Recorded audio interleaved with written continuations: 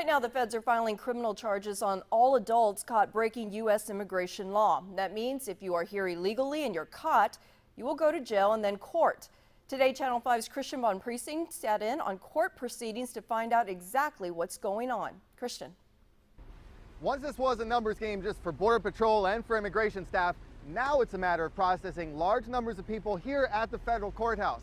Now, they don't allow cameras inside, but we did get to go inside and see just how things are changing. We spent the afternoon in the judge's chambers, who processed 45 people charged for criminal entry to be removed.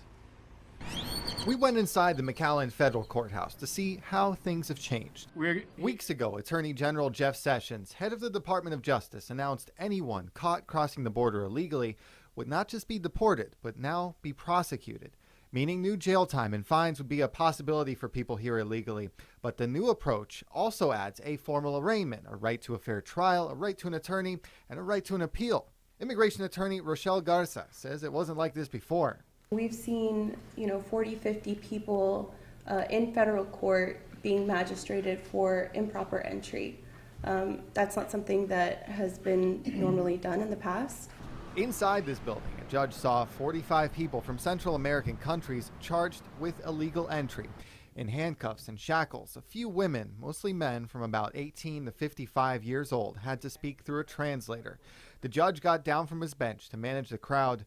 Things stopped when translation headphones stopped working. Prosecutors explained one of them would not be prosecuted because he didn't speak English or Spanish. The defense explained many were waiting to see their kids. Part of Sessions' new announcement is that children would be separated from kids they bring across the border. Garza says shelters for kids are filling up. That means that there are a lot of children that are being processed right now, and I know that they're in the shelters that we have located in the valley, that there has been a surge in, or an increase in the number of children. In the last week alone, we're talking about hundreds. We don't have hard facts as to which of those children were separated from their families or which were just children that were crossing unaccompanied. All pled guilty except for two. Those two will exercise their right to a trial. The remaining were sentenced. The first-timers received lighter sentences than those who had crossed the border illegally before or had committed a crime in the U.S. previously. So a judge magistrated and sentenced those 45 people today, and largely for those who hadn't caused any trouble before, their punishment, $10.